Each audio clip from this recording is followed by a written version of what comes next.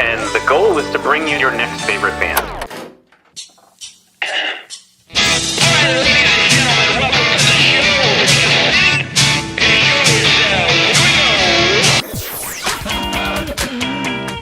Sweet, that intro is my new favorite band. That's phenomenal. I'm so excited to be on. Yeah. I heard a rumor that you might be able to play that song live today. You heard correctly. Yes. So. Good enough for rocking. I don't know when I rock out here on your next favorite band show. And listen, it's going to be everybody's favorite band. Like Phil, you weren't supposed to make me get all... God almighty, But this Phil. is why we do it. Like, seriously. I gotta gather myself. All right, go ahead. Okay. Welcome to your next favorite band. That's both the show title and our promise to you.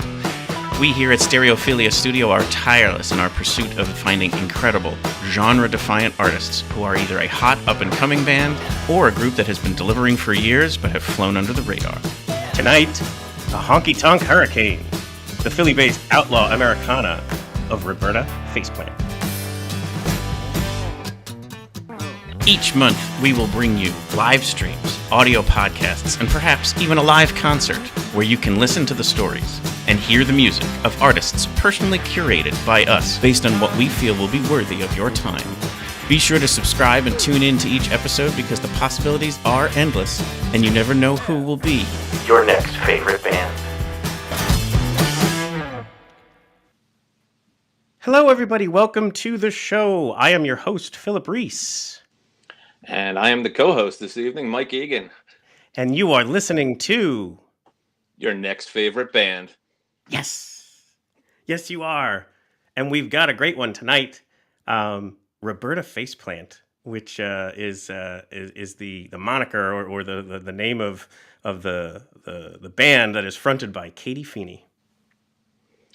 Yes, I was very interested to both hear about them and then start listening to them. It's a great band, and I think it's something that everyone will like to hear.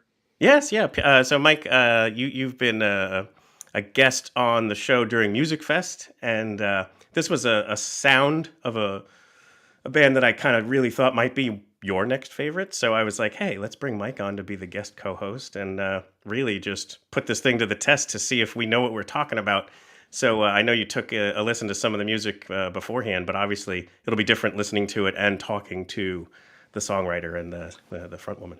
Absolutely. The songs and the music from all the different bands that we listen to seem to take on another realm, I guess, when you hear where they came from and what they're trying to express while doing it. So it just, you listen to it again and from a whole different angle after hearing that. Yes.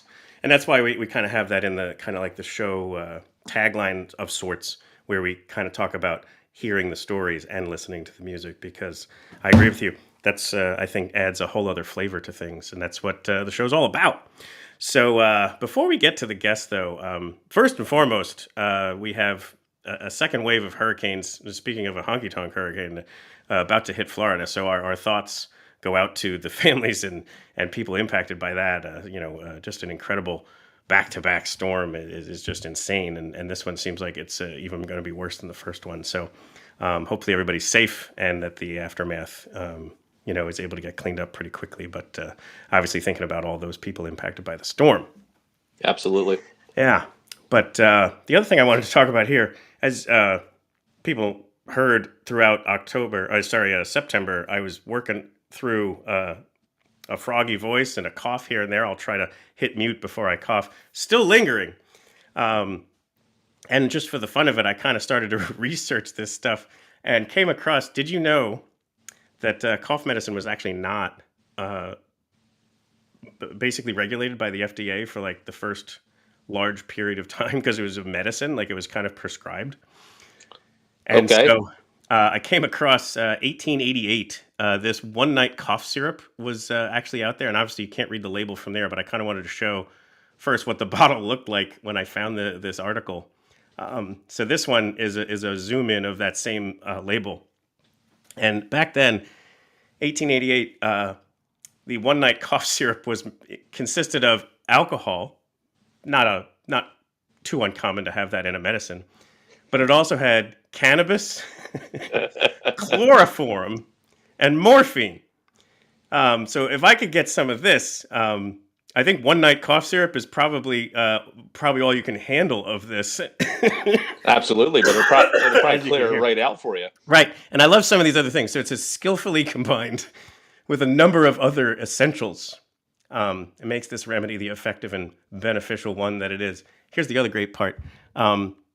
The dosage is on here: 1/2 teaspoon 3 times a day, and one on going to bed. And then if it's a child of 5 years, you give them 15 drops. And if it's a 1-year-old, 5 drops. Could you imagine? Wow. Could you imagine? And believe it or not, see, this label says it was adapted in 1914. So 1914, you're still giving this cough syrup out and recommending it for 1-year-old. Like, you're not talking about like the Old West with the wagons and the people coming with their miracle tonic. No. Nope. This was Baltimore, Maryland. And you can buy this bottle for 10 cents. And then that last line in the dosage. If it's a severe case, double that. So putting that right in the hands of the general public. And again, if anybody has some of that, I'm going to ask you for it because I can't seem to kick this cough. So one night cough syrup coming in clutch. So now let's get to the guest.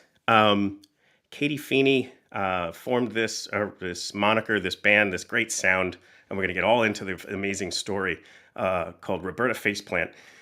They recently released some brand new music, and the lead kind of like single off of this recent EP is called Yee Haw Stuff. So take a listen to Roberta Faceplant.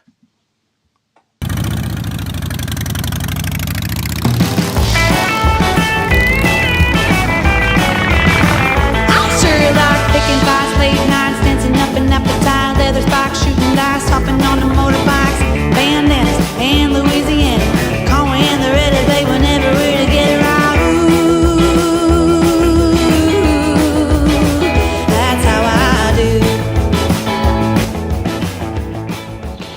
Katie Feeney, the lead vocalist and songwriter for the Philly-based Outlaw Americana band Roberta Faceplant, is a honky tonk hurricane with a voice that blends the raw rock and roll grit of Janis Joplin with the whimsical western smoothness of Patsy Cline.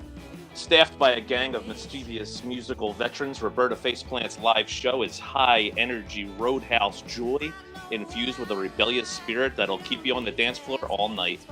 The sound has captivated audiences in the Northeast corridor with elements of southern rock, old-school country, rockabilly, and the blues, blending perfectly into a melting pot of killer melodies, memorable riffs, playful storytelling.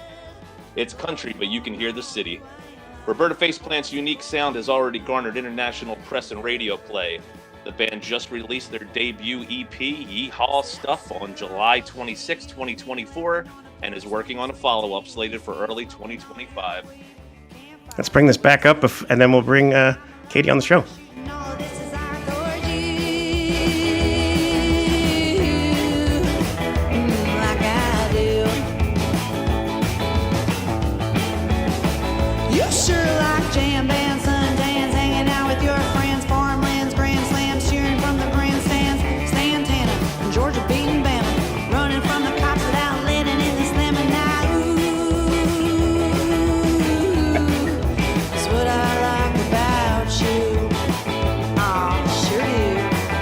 Welcome to the show, Katie Feeney.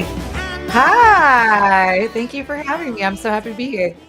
Absolutely. We're going to leave this on in the background here, and maybe you could even speak to this track and this video. It's all great stuff. Yeah, sure. We had a lot of fun making that music video. It was directed, videotaped, that's definitely the technical term, by Will Drinker. Brother of Will Emily does Drinker. Awesome stuff. His name comes up all the time. Yeah. And, kind of came to him and said, all right, we're going to go to this store, Viejo Oeste, right there, that store with the big giant boot. It exists at 9th and Washington in South Philly. Nice. Oh, wow. And, I kind of went in there and said, like, hey, can we shoot a music video in here?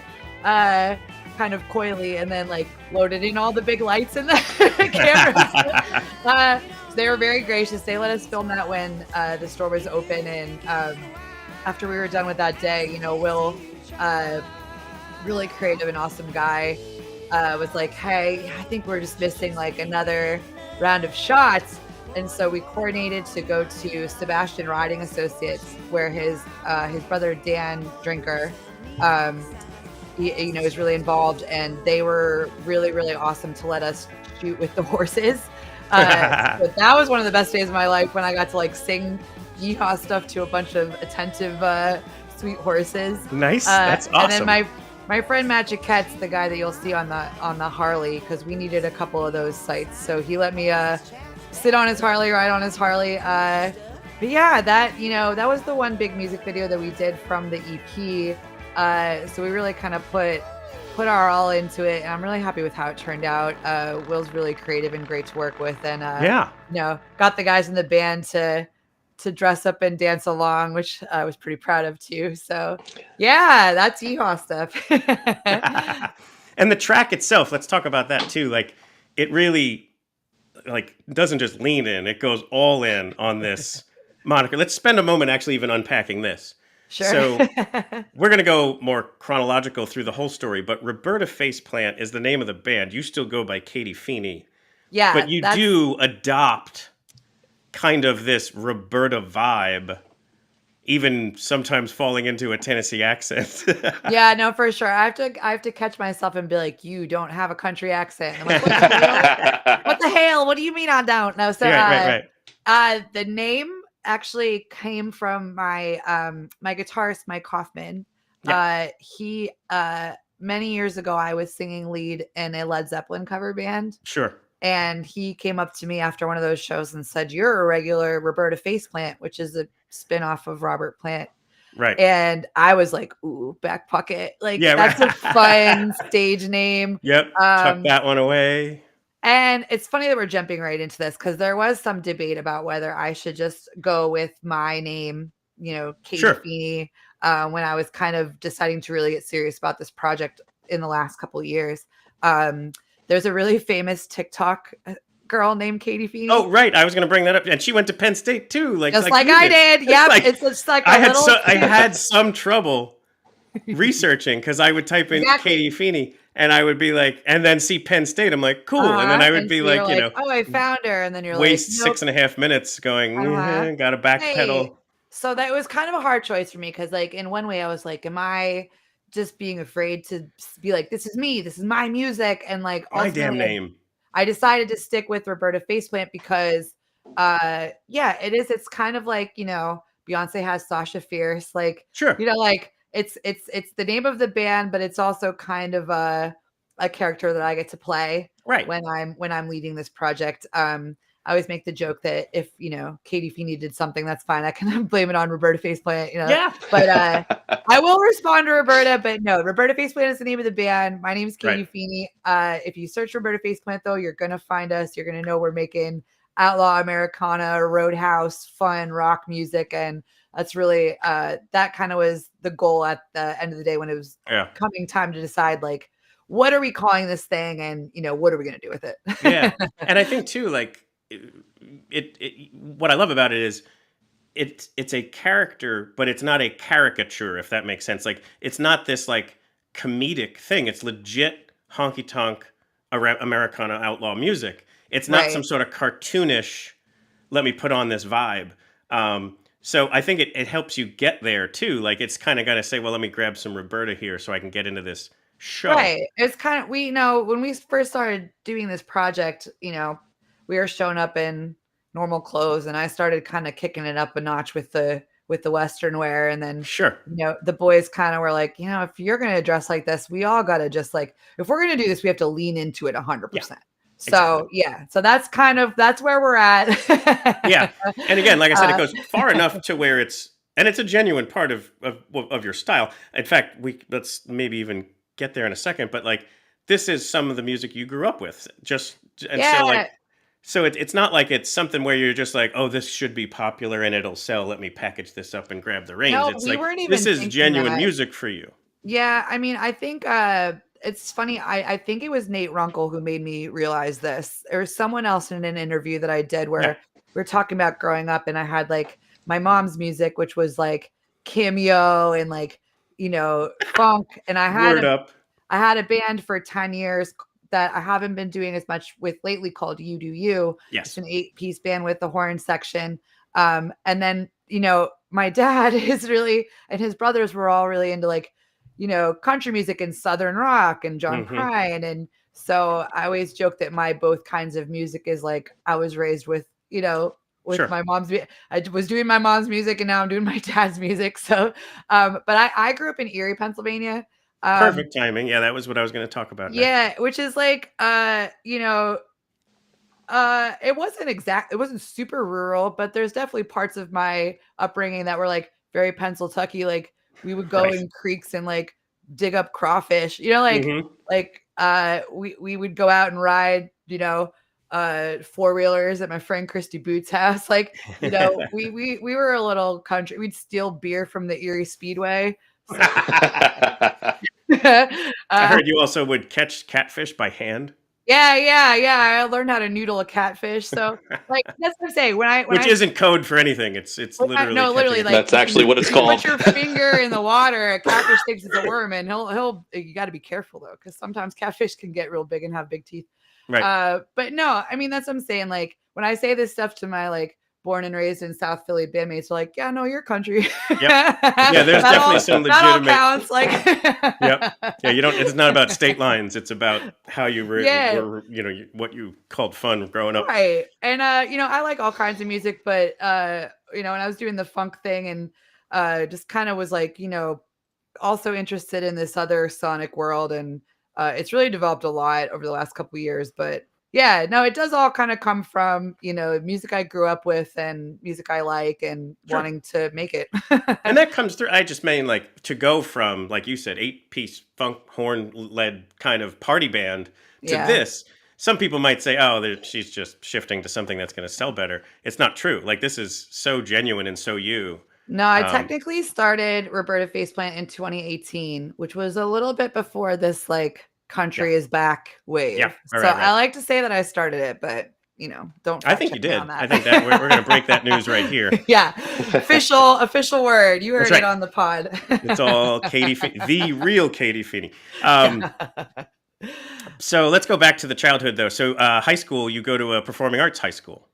I did. I went to Mercier's Prep, and I was lucky in that way. I got to take, my electives got to be like, creative based, right, as opposed to not, which was cool. I wanted to go to college for musical theater. Like I wanted to. But so like the performing arts high school thing though, like this is where you're really also forming this, like it's not just about music or dance, it's also a character. Like I think there's elements to that are starting to like formulate who you are as an artist, where you are going to play a role. Even if you do you're probably almost playing Katie Feeney. Yeah, well, it's definitely like I'm pretty like outgoing even off stage, but like there is a part of me that goes like completely feral, like on stage. You know what I mean? Like and just kind of like just blacks out and transcends into this other energy. Like and I mean I've been like that since I was a kid. All my home videos are me being like, hi, right. Super annoying and just demanding attention. Crazy. I remember hearing something about that you had like a recorder and you would pretend to do like the radio show on the school bus with your friends, like have them on as guests and stuff. We called it the train show. Nice. And I did, I would take my little like camcorder on, and it wasn't a camcorder. It was literally like one of those like play school, like with a cassette, and interview everyone. For a very short time, I like did a TV show even that was on like Philly Cam, our like public access TV show here. It was called Bright Star Buzz. But yeah, no, I mean, I definitely like am leaning more into the fact that like I am a singer songwriter and I can write songs and I lead a band, but like at my core am a performer. You know what I mean? Totally. In multiple senses. So you ain't wrong, Phil. You ain't wrong. Yeah. But I guess that's so now let's even talk about how you get bottled up. So you end up going to Penn State, but not for like they don't have a music or a performing arts kind of like. Well, they did. I was just being like completely obstinate about it because I like didn't get to do with what I wanted to do, and so I was like, well, I'm not, I kind of just like put it on a shelf for a little bit. Yeah. Did you write a hate letter to your I parents did to over my it? mom. Yeah, she like read it to me. That's Or amazing. gave it to me when I graduated. That's mean. Oh, listen. All right. Yeah, like haha. Right. I mean, for a while I don't know if they I was never discouraged. Like I was given voice lessons and I was you know, I got to attend like summer performing arts, workshops every summer and I remember you were doing like dance and stuff like that while you were at Penn State. I took dance like electives. You know what I Right. mean? Just to have that outlet. I mean, like, and I would do like karaoke, and every now and then people would be like, "Oh, you can sing," but like, whereas like in high school, I leaned all into it. In college, I was kind of just like, maybe this isn't, Sure. who I am or who I'm supposed to be. And I mean, listen, I definitely partied a lot. I had a lot of fun, but Right. I do wonder, like, if I'd not, if I'd kind of trusted my gut all along and been like, whatever, I'm not going to, NYU for musical theater, but like, I'm going to carve my own way Sure. sooner where I'd be. But like, there's no point in that. I mean, like, I'm here Everything now happens at the right time. Yeah, you're never too old to go after what you want Certainly in your not. dreams. So it all kind of worked out and fell into place. But yeah, no, during college my creativity was pretty stalled. Sure. And when I got out of college, I did AmeriCorps. I moved to the Jersey Shore, and that's where I kind of got the bug back a little bit because I worked at a restaurant that would have like a piano man on Mondays. Oh, that's right. And so I ended up being kind of like singing waitress because it definitely got you more tips. Yeah. Nice. And when I moved to Philly in 2008, one of the first things I did was just get on Craigslist and try to join a band. I love this.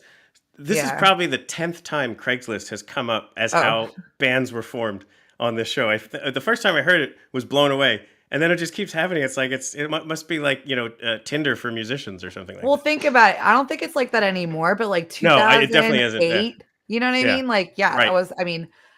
I would honestly this version of the band right now, like two of them I technically met through Craigslist.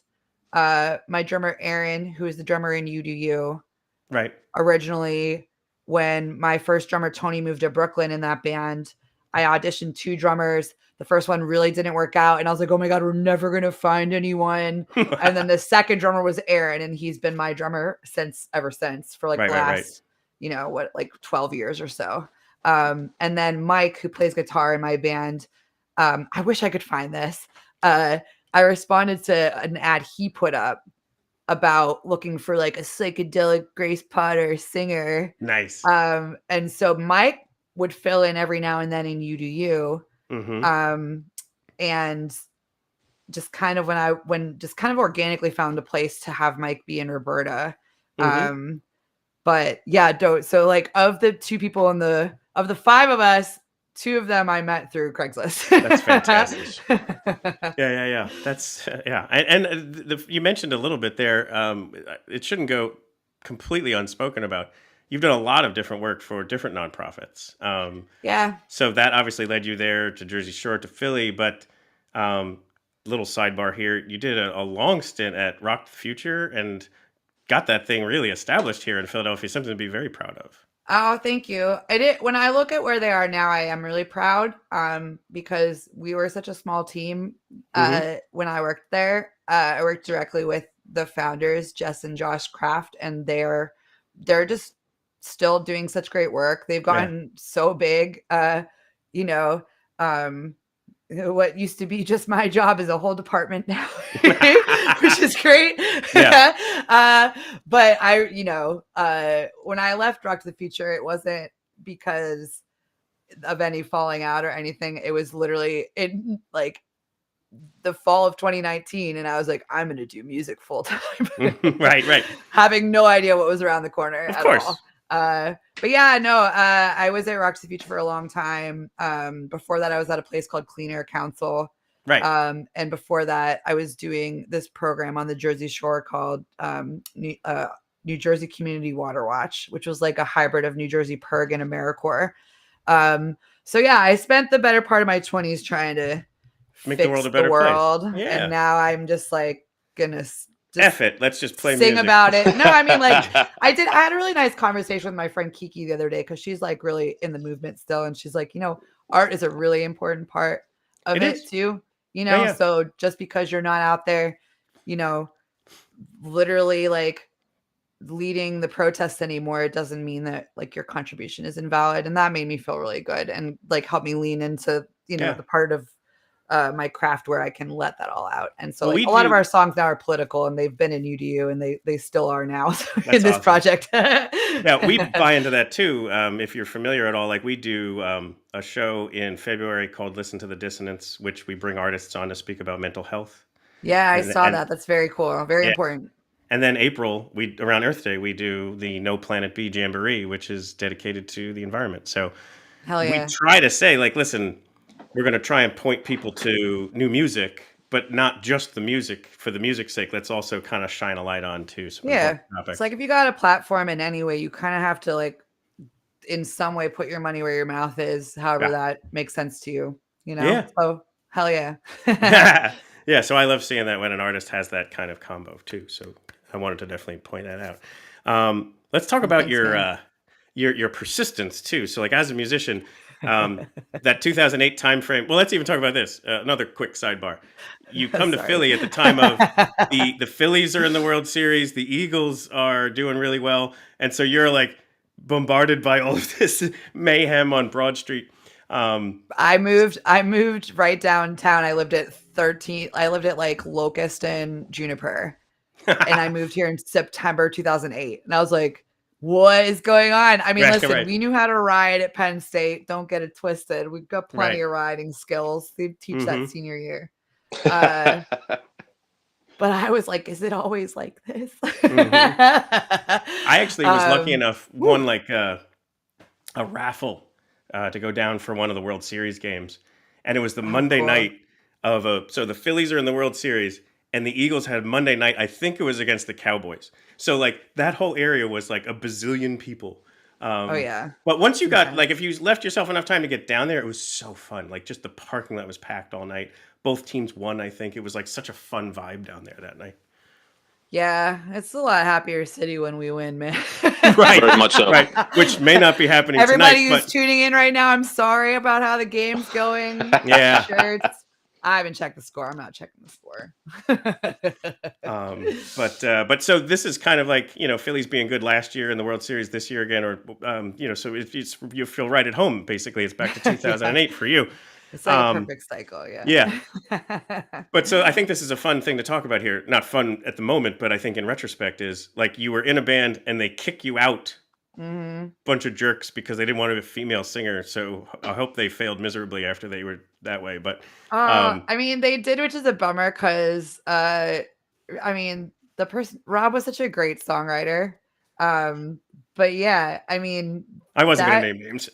Oh, listen. Well, if I mean, people know that story. It was just like that. I love that band. Born Pilot was a great band. I mean, honestly, I wouldn't trade it though, because the people that I met right when I moved to Philly, the first people that I met doing music with, like I'm still friends with a ton of them. Like the first show that I played in Philly was at the Carriage House, which was Dave Kiss's house. And like he's still, he's like watching what he's been able to do with like promoting shows and booking crazy shows is like so inspiring and encouraging too. And like, he's been one of my biggest cheerleaders here in Philly. Like Nick, who plays bass in my band, like I met him at Carriage House, back when he had a band called Southwark. So like I was just having hanging out today with Ange Boca, who's another person who was one of the first people that like welcomed me with open arms in the city of Philadelphia. So like, I don't know, everything kind of happens. The time frame was completely validating for you. Yeah. Yeah. At the time I was devastated. Like I remember the day it happened, they like took me to Rittenhouse Square and like sat me down. It was like an intervention and it was like, you're out of the band. And I was crying and they were just three guys being like, we don't know what to do. She won't stop crying.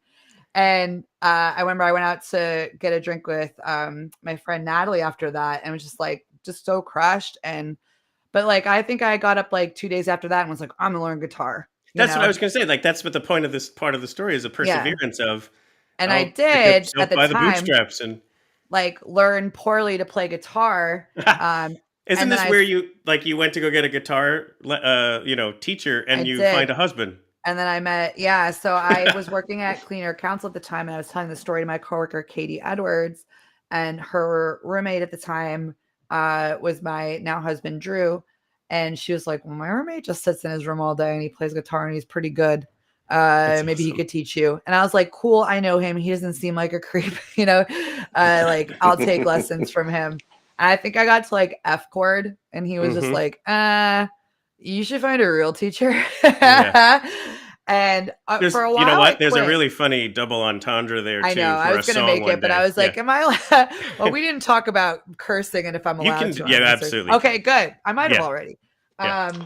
And so, I mean, that's when like me and Drew kind of started writing music. At first it was like silly music. I feel like the first song we wrote was a song about how I was in love with Chase Utley and how I was going to. I love this. I had this for later, but let's talk about this. I almost wanted you to play this song tonight. I don't know if I remember it. Tell more about this song because it's amazing. I mean, it was just really like it was just a thirst song for Chase Utley. But tell that there's a really interesting part of this song. I mean, like there's at the end that part of the song is part killing his wife. Yeah, that's the part. Oh wow! Not that you truly wish. Outlaw Americana. He's a little unhinged. Yes.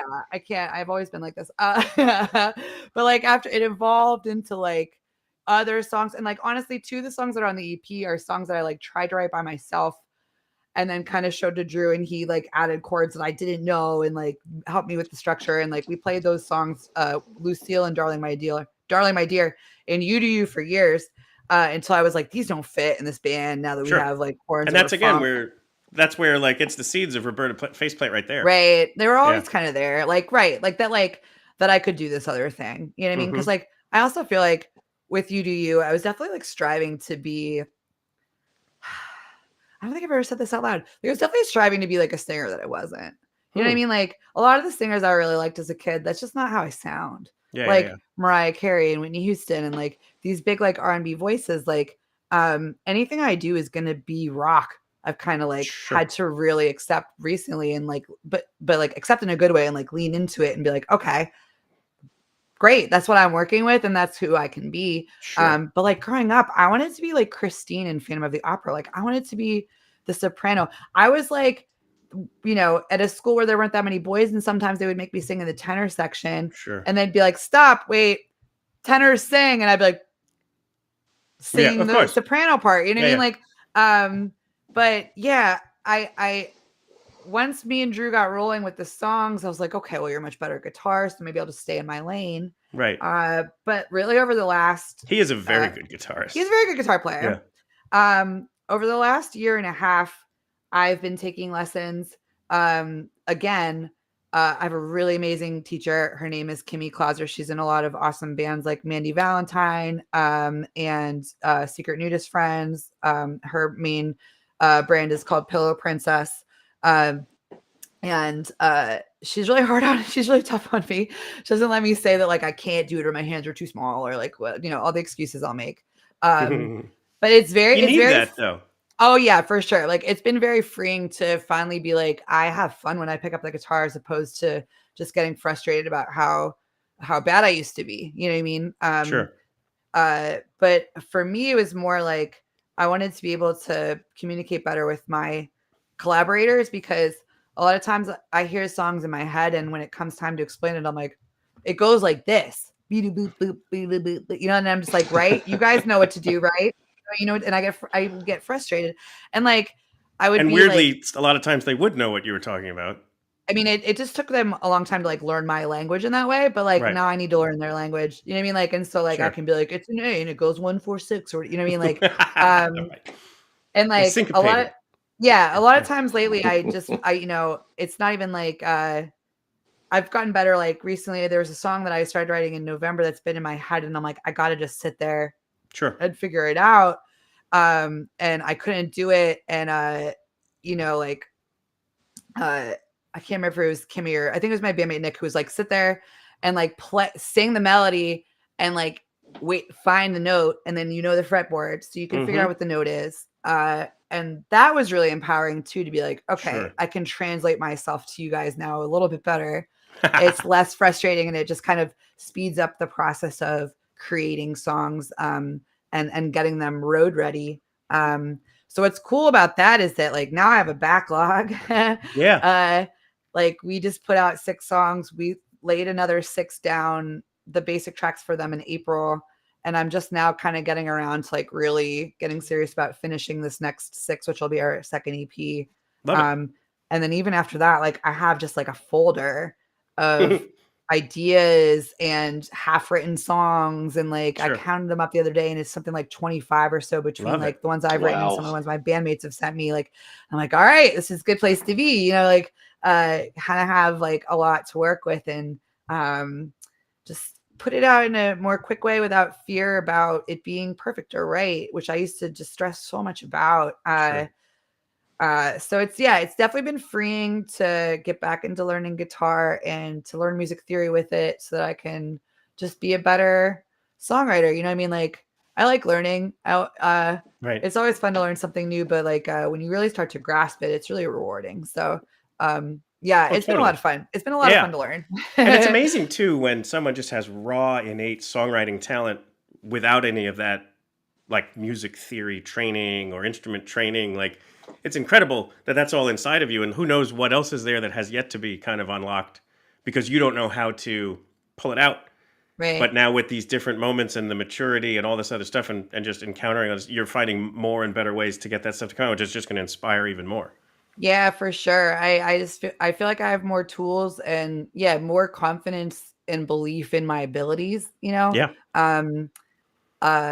So I'm excited. There's one of my favorite bands is Mannequin Pussy. And Marissa had a really great interview recently where she's like, why do we expect 20-year-olds? It's the only industry, like music is the only industry where we expect you to be at your best at like 20.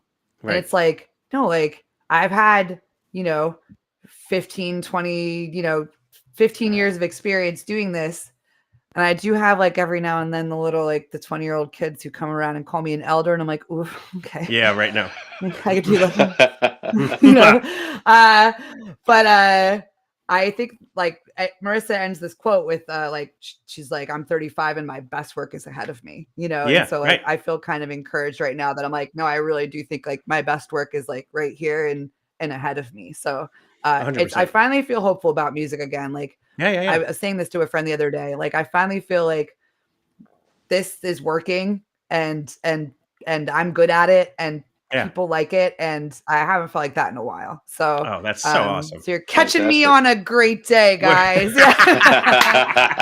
Start of something cool. Yeah, absolutely. And let's also get to some of this the current music that's in here. So just a real quick kind of button up what we've mostly just touched on. You mentioned pretty much enough about You Do You, where it was like basically this 8-piece funk band 2012-ish to about 2018. And then one quick story I want you to tell is where Roberta really hits the ground is you asked to open for somebody and they said, well, it's not a You Do You opener. Are you going to do this other thing? And so that's really where it kind of finds its feet. And then we're going to move to like, I'm going to play another song of yours. Yeah, do it. The artist was Maggie Kerner. The venue was Boot and Saddle. And this was when Jeff Myers was booking there. And so I reached out to him. You Do You had played Boot and Saddle a couple of times, and she'd never toured that far north. And I was like dying to, it was just one of these artists I had my like alerts on, like when she coming anywhere near Philly, and that's exactly how it went down. He was like, would this be the launch of your solo project? I was like, yes. Of course it would. You read my mind. Then I had to like pull together all these songs. There's a couple songs that didn't make it through that transition that were like songs that I had to write for that show. That I decided I didn't really like or just didn't want to do. Or they just like, they were too in the middle of You Do You and Roberta. And I was just like, no, I have to just like pick a genre. Part of the problem with You is that we were like so amorphously genreless that no one knew what to do with us. Right. It's like, are they jazz? Are they funk? Like, we didn't quite fit into the jam band world. The genre was a good time. Landed, that's what it was. It was like, right, it was a party. Right, like party band, but like it just, and like You, try searching that. Like, try finding me when you search that. Like, I'm really trying to kind of realize recently when I was talking to one of my bandmates like that, I'm trying to like take everything that I like fucked up or like all the lessons I've learned and like just apply them differently to this project. You know what I mean? 1000%. Yeah. So, but yeah, no, it definitely was started on a bluff. I was like, okay, let's pull this together just because I really want to open this show for this artist that I really love. And then once I did that, it was like, well, are you going to do it or not? You know? Right. And for a while it was just like, this is a side project. If you can't do anything or like, you know what I mean? It's like it was a thing I didn't do very much. And like I remember one of my like first full band shows was opening for I always joke that she's my daughter, Gina, who I know you've had on the show from Velvet Rouge. Yes. Back when they were Zoe, and it was their first show in Philly and they didn't know anyone, but I knew their drummer Buddy from his previous band. So like, I mean, in that version of the band, it's just, it's so different now. It's been cool to like really find my lane. But yeah, at first Roberta was just like, I don't know. I need something besides You. Gonna lean into this like country-ish, rootsy-ish world. And even when I tried to make it super country, that didn't work out. It was like still a little bit rock. So yeah, and I think that's true. Like, that's why we hate genre titles on this show. Like, you call it country and somebody's going to be like, that's not country. And it's like, it's whatever. Like, and again, you call it Outlaw Americana. That's probably a better label, but still probably, it just is, it's just awesome. Like, just enjoy it. So we're going to bring in the song Lucille, and this is the live version from the Briquette Lounge. So we're going to talk about that a little bit too. But let's let this song play out a little bit because it also is, I wanted to make sure people got a chance to see what your live show kind of looks like because it's so much fun. So here, enjoy the song Lucille. Let's have us some fun tonight.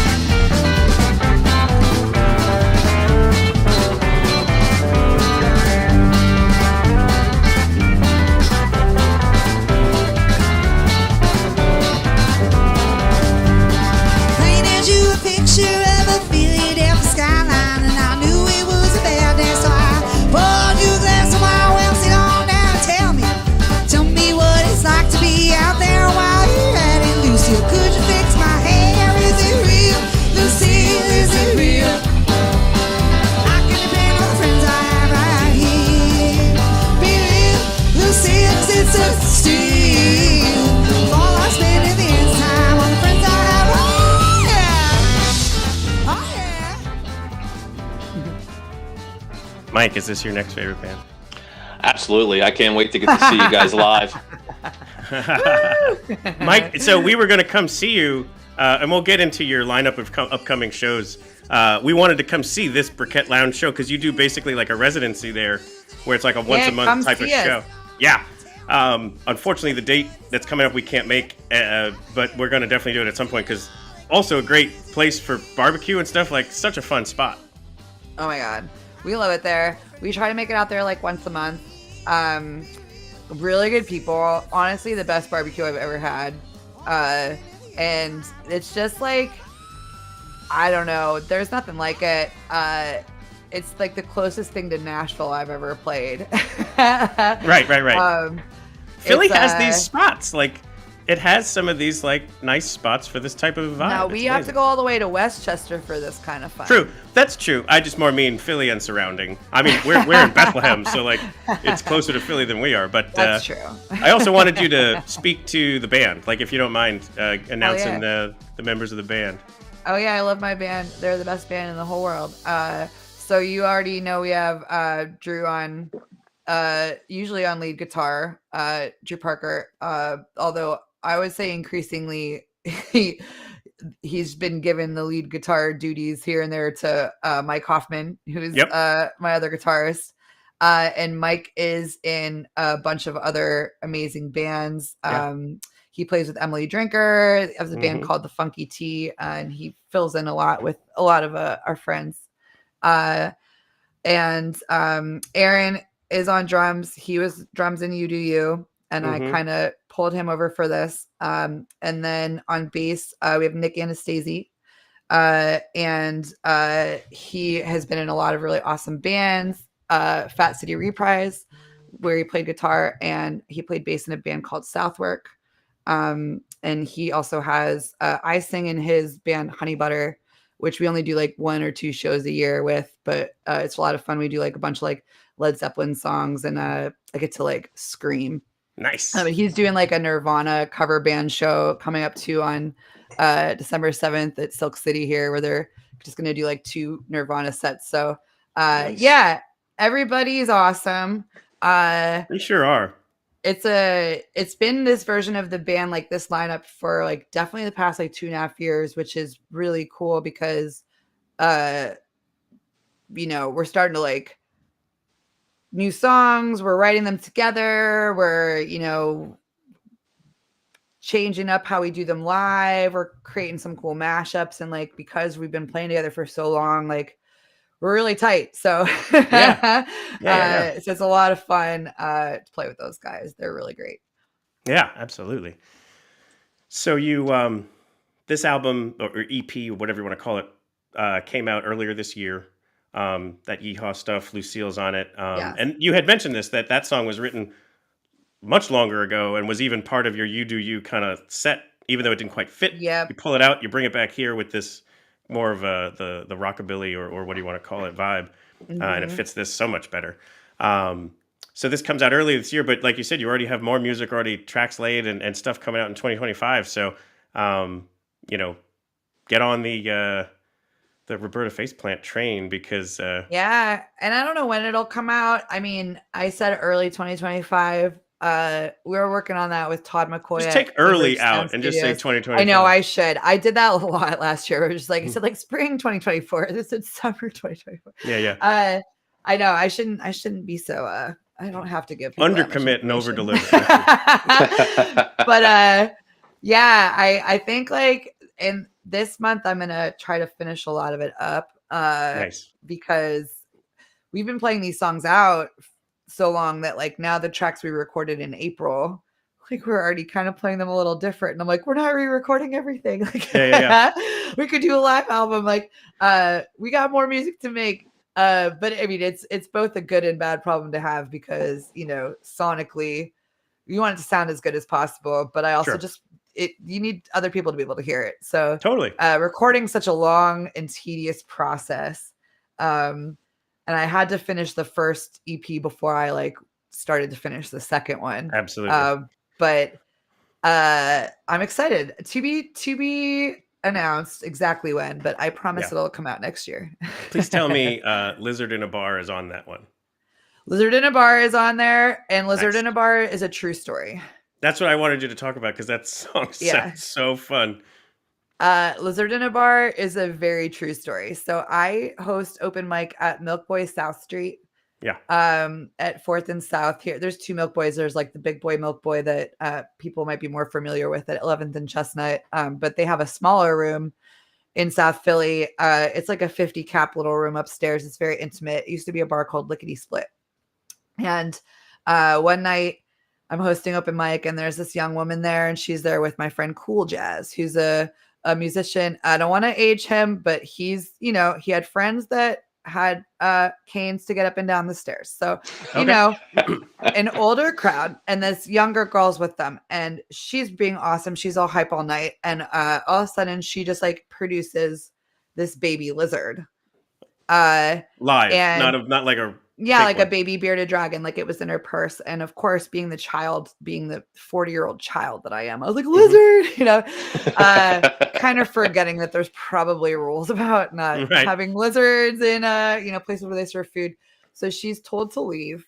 And when she's told to leave, she gets pretty angry and she charges the bartender and the manager and she starts beating the shit out of them and throwing and breaking glass, knocking over bottles. So the laughing is the worst thing for me. Sorry. All right, listen. So we get the bartender or not the bartender. We get the security, and he takes her out. And the manager and the bartender have left the room, and there's a sweet busboy who's sweeping up the glass, and he's sweep, looks at me, ducks down, comes back up. Somebody left a lizard here. And I'm like, oh my God. We kicked her out like 10 minutes ago. She's long gone. Right. So I'm out in the middle of South Street, which this is like the pre-chorus or the chorus of the song. It's a true story. Everyone's laughing at me 1 a.m. out on South Street, yelling, please, oh, please. Don't even know what he eats. Don't have a cage or a lamp to provide him no heat. Like, come get your lizard from me. So like that I basically had this whole thing happen. I'm biking home from work, and I'm just I hear this bass line.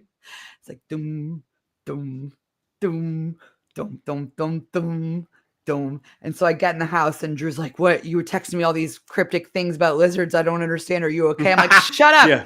I gotta get that." And I'm singing into like my voice memo, and I'm like, "You can bring a cake. Sometimes your dog well-behaved kids or acoustic guitars. Lord knows you already brought them this far. And I'm telling you, honey, you can't bring a lizard in the bar." And he's like, "What do you do?" He picks up the guitar. He starts like figuring out the chords. And all of a sudden we're like doing this like voice memo like 2 a.m. And the next day I had a demo. I think I sent it to the band.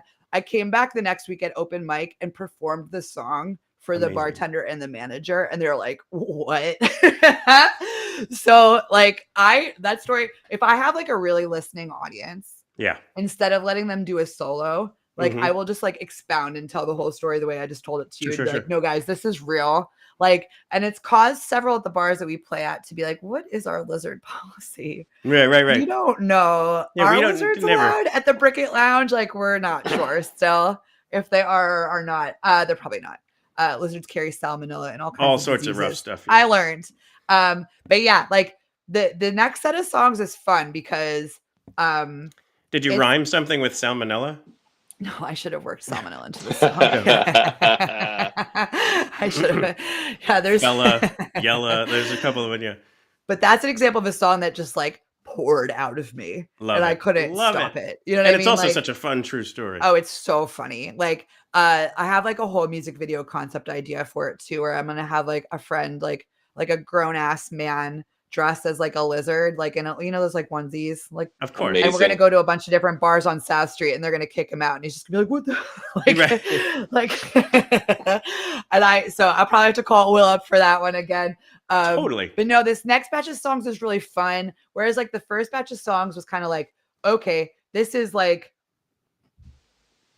you know what I mean? Like, this is what I've done so far. This is this who we are. Batch, right. Like this next batch of songs is like, it has Lizard in a Bar, which I wrote. There's a song on that we recorded called Eat 'Em, which was written by my buddy Curls Wilson, who is one of the original members of You Do You. He moved to Michigan, and he's now like a dad living on acres of land who is in a ska band. Like, Wow. So Jake Curlsy, he's really radically political too. So I was like, my guy, do you have anything that you're not going to use? He's a really great songwriter. And he sent me this song that's like, it's called Eat 'Em. It's like literally about like eating rich people in a stew. Like, so it's pretty sick. Beautiful. Like, but it's, and I love doing these songs at the Bricket Lounge in front of people sometimes. They're wearing like their "Don't Tread on Me" shirts, and I'm like, they are not listening to the words. Not they're even, just dancing to not this connecting song. the dots. You know, like, so that's on there. I'm trying to think of what else is on this next batch. There's a song that Nick wrote that's on there, my bass player Nick, called Big Dark Town. People are really into that one right now. Like the last show we played, I had 3 different people come up to me and be like, "What was that song?" I had to be like, "I didn't write that one, but Nick did." But it's great. I mean, it's a really good song. And there's a song I wrote on there called "In a Can," because I went to see a band called The Teeth, and I was like, "Oh, I really like the way that they do background vocals." Yeah, they opened for Dr. Dog, didn't they? They did, yes. I went to some of the like shows that were at Johnny Brenda's, and I was just like really into it, and was like, I want to write a song that's like has like Teeth background vocals. So I wrote the song called "In a Can." And I'm probably forgetting a song or two that's on the new Sure. EP, but like my point is that like I didn't write all of them. Some of them we wrote. Brisket and Cigarettes, which is another one that like I co-wrote with my bass player Nick. He like laid down a riff, and I was like struggling to find. I've written all these words, and they weren't fitting in the song that I had them in, and then I listened to his instrumental, and I was like, oh my god, they go over here. So it's 6 songs. We've been playing them live.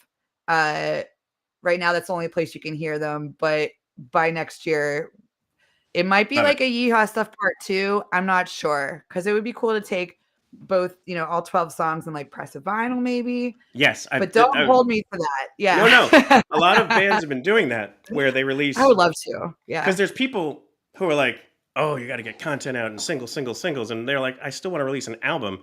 So I have been hearing this 5-6 songs EP, 5-6 songs EP, release it as a double vinyl. Well, not a double vinyl, like a single vinyl, but like one side is the one EP, the other side is the other. It's a brilliant idea. Thank you. So I would say go down that path. I know it's not the easiest thing in the world, but I know I want vinyl so bad. I really do. Yes. We'll see if I can pull it off. People are digging the vinyl. Yeah. But tonight you said you might be able to give us a treat. Oh my God. Brand new music, like stuff that even the band hasn't even heard yet. I don't know. Are you ready for this? You want to do it? Yeah, I'll do it. I'm a little scared. Yeah! Only half of the band has heard this song so far. We are here for you. I appreciate that. I've been playing it at my open mic a lot. So that's kind of how I have learned that people are pretty into it. Totally. So I think this one will stick around, but if it doesn't for any reason, it's an exclusive for your next favorite band podcast. Love it. Awesome. We're going to come off the screen and give you center stage. Oh gosh. All right. Sounds good. Okay. This song is called Long After Dark. And I'm just going to make sure that I'm still tuned. I know I shouldn't do this in front of all you people. Guitarists, don't judge me out there. Look, it's perfect. All right. Okay. I don't need to talk about it. Let's just do it. Light a match. Come closer. I'll sing you a song. Power's out. Party's over. People are all gone. I smell something burning, going in the dead of night. Embers orange and tender, red and wild. Oh, where there's smoke, there's fire, even when it's burning low. Without it, in the darkness, I can't see which way to go. Oh, the torch, it burns my hands, but it warms my heart, and it still burns. Long after dark. Now the flame burns wild. I can't put it out. Clouds my mind till I can't find the line between truth and doubt. I can't see the future. I can't see the past. Fire just destroys things way too fast. Oh, 'cause where there's smoke, there's fire, even when it's burning low. Without it, in the darkness, I can't see which way to go. Oh, the torch, it burns my hands, but you know it warms my heart, and it still burns. Long after dark, when the dust has settled and the ashes blown around? Will the torch light my way forward, or will it all burn down? Will I leave the earth in scars, or will new flowers grow? If it never burns, we'll never know. For where there's smoke, there's fire, even when it's burning low. Without it, in the darkness, I can't see which way to go. Oh, the torch, it burns my hands, but you know it warms my heart, and it still burns long after dark. Yeah, it still burns long after dark. Honey, it still burns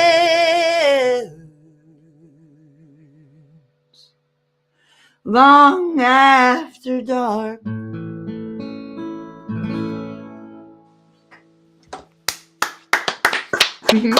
That's it. Fantastic. Thank you. Oh, thank you. Such an honor to have you. It feels good featuring to that. play. Yeah. That was so Nervous. good. I don't get nervous to sing, but I do get very nervous to play guitar. So thanks for Both pushing sounded me great, to the do voice that and the earlier. guitar. What's that? I said both sounded great, the voice and the guitar. Thank so you. Really I good. appreciate that. That's dynamite. I love that. Thank you so much for that intergalactic premiere. Yeah. So stay tuned for some kind of full band version of that eventually. But for now, that's how that one goes. Yeah. I could see it being one of those ones that starts out like that and then builds to where the whole band is in there, and then it all drops off at the end and it's just you to close it out. I think I could already see that happening. I love that. Yeah, I'm excited. I know. I was like, we're a pretty upbeat band, but I mean, that's kind of like a sad love torch song that just exploded out of me in one sitting, and I was like, oh, yes. Okay. You know what I mean? It was right after I took a songwriting class with School of Song, which was really cool. Nice. With Meryl Garbus from Tune Yards. Mm-hmm. And wow. That's awesome. Yeah, it was really cool. And so that was kind of eye-opening for me. And like shortly after that, I wrote that song in like March-ish of this year, March or April-ish of this year. Yeah. So yeah, thank you for the opportunity to and play like some of the different people you mentioned as like people you sound like or emulate or whatever, like, so you have that Janis Joplin side or whatever, of course, but like this is that Patsy Cline, June Carter Cash, like it's like that kind of a sound, which is wonderful, and you can't like, it really will also create such a nice dynamic for the audience when it has those highs and lows. Yeah, you think about a show that you go to, like there's always a part where they stop and they bring it down. Out. Like we have Morning Joe right now that does that, which is the song on the EP that people really like. But I know. It's funny because I'm like, I should be writing these upbeat songs, and I find myself writing these like sad little love songs lately. But people love those. They do, exactly. That's what I was going to say. Said it. Exactly, that's true. Morning Joe's a great story too. Wasn't that off of a prompt that you wrote in like one evening? Which one? The Morning Joe. Oh, Morning Joe. Yeah. My friend was doing a song of the month club, and he'd given us a month to write a song that was an unrequited love song to an inanimate object. Right. And I always joke on stage that I was like, okay, beer or coffee. Right. But I love like a double entendre. So I was like, it could be about a guy named Joe, but like really I'm writing it like a cheeky little coffee song that like could get kind of misconstrued as like a song about your lover. Mm-hmm. So that one was funny because that's how I met Kara Kozer. I think that's another band that you guys have had. And we'd heard of each other for years, but we'd never met. And we both did this song of the month thing together.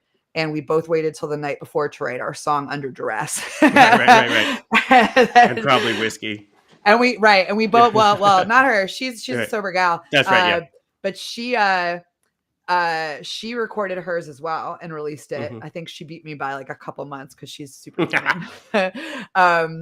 yeah, I was really proud that like we met and we both wrote these songs.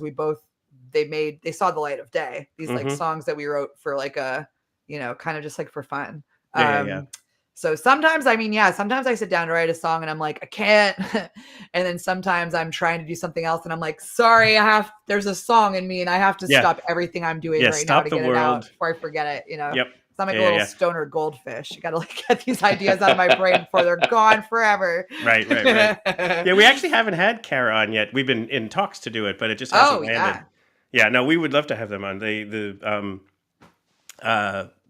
connected like over Music Fest here in Bethlehem. Yes. But haven't actually sat down to have like a full blown conversation.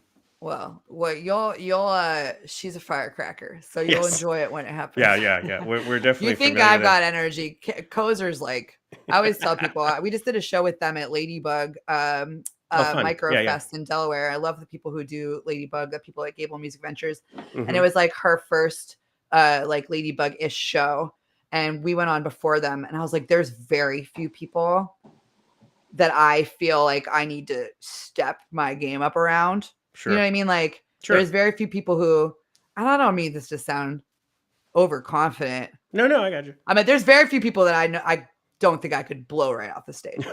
But Kozer, man. Yeah. She's someone who I'm like, I better give 6,000% because Kara Kozer is going to give 75,000%. You know what I mean? And also, like, it's funny. Inspiring. It kicks me up, Yeah. I've just listened to other shows that she's been on, and she writes songs the same way you used to, where it was just like, the songwriting talent is in there, but the ability to to communicate it in traditional ways, like through sheet music or music theory or whatever, she didn't have that either. But she's able to like just speak it and get the band to get to where her band rules too. Yeah, they're really, really talented cats. So, but I think that's so fun. Like just that absolute raw talent that you have, that she has. Like it's just like you just want to find other ways to unlock that and just get it to flow.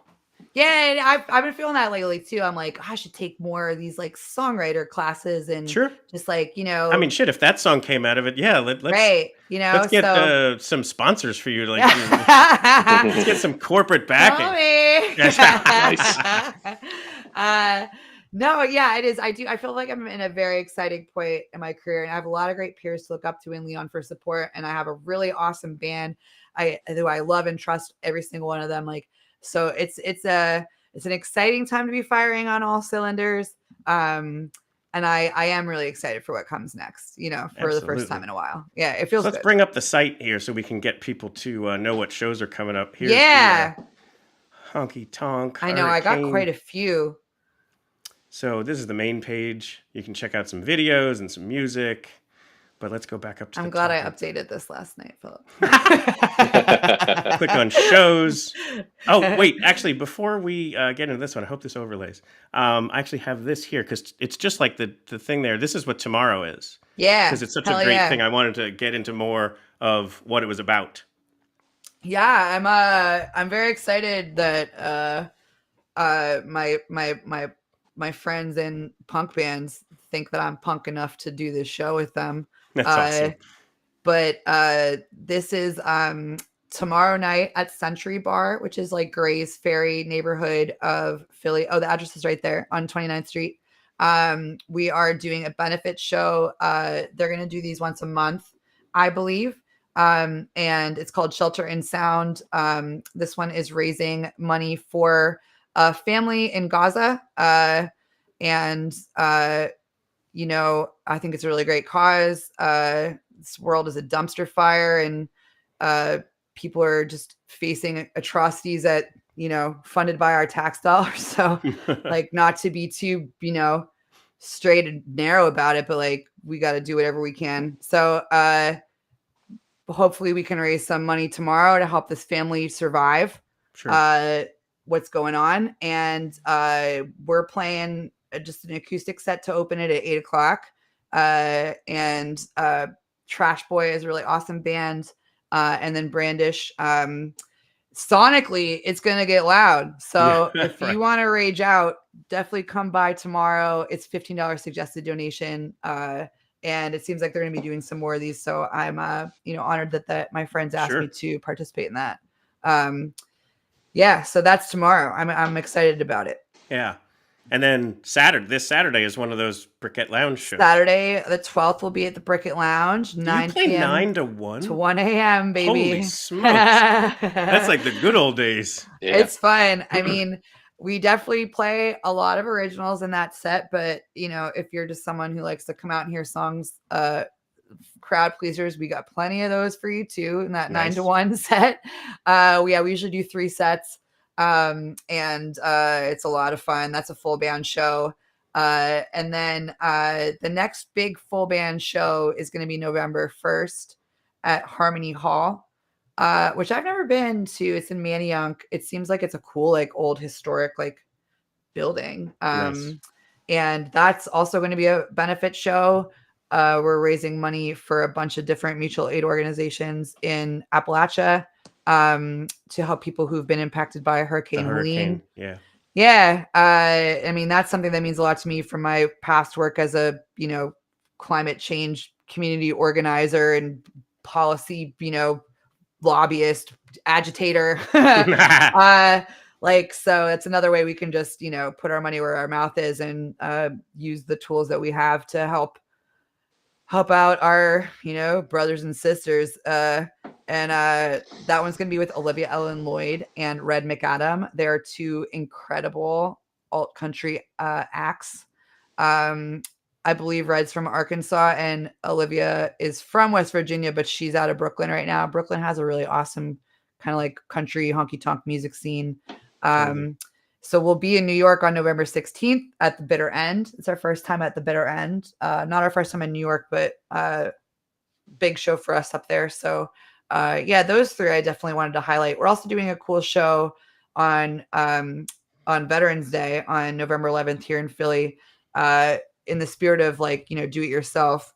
I've been throwing shows in some like unconventional spaces or, being part of shows that are thrown in unconventional spaces. So this is my friend's vintage store and they're really gracious to let us use it. I have Julia Cannon coming in for that, Crystal Rose, and then Alexis Cunningham, who's an awesome local talent, is going to be joining on that show too. So love it. Yeah, that one will be a duo, more acoustic style show. But these other ones are full band. Right. And then those Briquette Lounge shows are October 12th, November 2nd, and December 6th. So that kind of covers pretty much the full list there. And I have something I can't say yet on December 7th, but keep your eyes open for that. Yes, I love it. Some previous show stuff here. And then I was just wondering, I always like to bring up the, do you have merch? Is there merch on here? I do. Yeah. If you go in my about, I know I have, it's like $300 extra to like add e-commerce to, if you scroll up there, there's like a little red button. Yeah. Buy our merch. You're right. I need to make that easier to find. No, this was fine, especially if it saves you money. We can just highlight it here. I love the stickers, on our Bandcamp page. We have some merch for sale. Mostly I sell it at our shows. I really just recently put it all online for Bandcamp Friday recently. Right. But we have bandanas. I have pink and red bandanas. We have our Yee Haw shirts, the Yee Haw Stuff branded shirt that has like all the lyrics to Yee Haw Stuff printed on the shirt. Nice. In a funny design. My bass player Nick designed that shirt. He's really talented at graphic design, and so he did the stickers too, with the like Marlboro pack sticker. So visual identity, very happy to have help with that, killing it. So we do have a little bit of merch, some stickers, bandanas, some t-shirts. I need to reorder t-shirts though. If you want a medium or large, just wait. I'm going to get more. We're out of those. It's like the best sizes too. But yeah, no, we do have merch. Lots of ways you can support the band. You can, the EP, I don't have physical copies of it yet, but you can, download it off of Bandcamp if you want to own it. That would be there. Rad. You go. Love it. And definitely catch a show. Like the live show is so dynamic. People got to go. Yeah. Come see us live. Cause that's where I have the most fun. Well, you are there on stage is an just the most fun performer. Thing. Oh, thank you. and the great songwriting and the band is amazing as far as like backing you up. So it's definitely a show to catch. Katie Feeney, of Roberta Faceplant. Thank you so much for coming on today. Thank you guys. I really appreciate it, Phil and Mike. This has been really nice to talk to you. I've been following what you guys have been doing for a while, and it's a great honor to finally get to chat with you a little bit. It's our honor. Yeah, you are definitely our next favorite band. Yeah. Excellent. Thanks so much. Thank you, guys. Michael? Yes, sir. What'd you think? What did we learn today? Excellent. I like the fact that we got to see her play it acoustically, because when you see it live with the full band, it's going to be a completely different song. And I like to see where the roots are, like where it came from and what it sounded like when she first thought of it. Yep. A lot of music that I listen to today, the singer is overpowered by the music, but her voice really stands out. Just a great range. And I think it'll be great. I can't wait to get to see them live. Yeah, it will be special that way. As we always do, after the credits here, we are going to play one more song. Their first track that they had released is called Everything is Trash. And it's a wonderful song, and it really kind of shows where things started and how things are evolving. So you'll get to hear one more Roberta Faceplant track at the end here. But Michael, it's such an honor to have you on the show today. I appreciate it. I thank you for the offer. Absolutely. All right, Phil, let's say goodbye to everybody.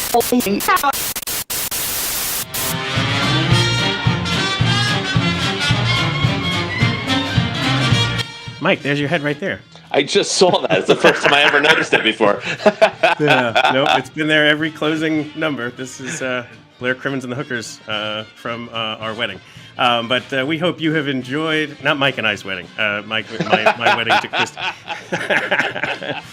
We hope you've enjoyed this episode of Your Next Favorite Band. We'd like to sincerely thank Katie Feeney of Roberta Faceplant for coming on the show, for all the amazing stories, the great laughs, even though they made me cough, and the wonderful performance. Just absolutely nailed it tonight. And we were honored to have her trust us with that, and to also premiere that song in front of all of you, and hope you enjoyed that. Definitely check out the links that we'll have in the show notes for their website, their Bandcamp. Definitely buy some merch and download the music there. But more importantly, go check out a live performance. You will not regret it. It is a wonderful, wonderful, high-energy show. As always, our hope here is to bring you your next favorite band. If you joined the show tonight or downloaded the podcast because you already knew Roberta Faceplant, thank you so much. We hope you liked what you heard and what you saw, so that you might trust us to bring you your next favorite band in a coming week, and you might give us a like and a subscribe. Or your next favorite band might already be out there at nextfaveband.com. All of our episodes are there. So all of our prior interviews, you just have to kind of go diving into that and see what you might find. If you need any help with that, just let us know, and we might be able to steer you to your next favorite band. Hope to see you at a live show soon, and stay tuned for one more track from Roberta Faceplant. Coming up here is Everything is Trash.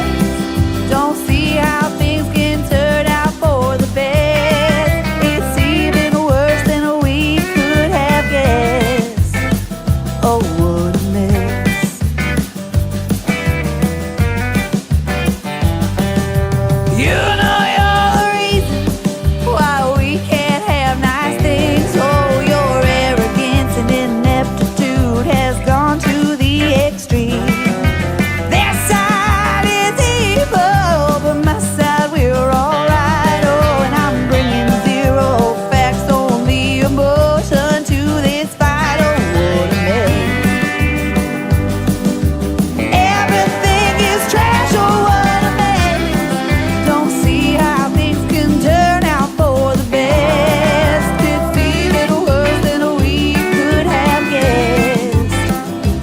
Florida man.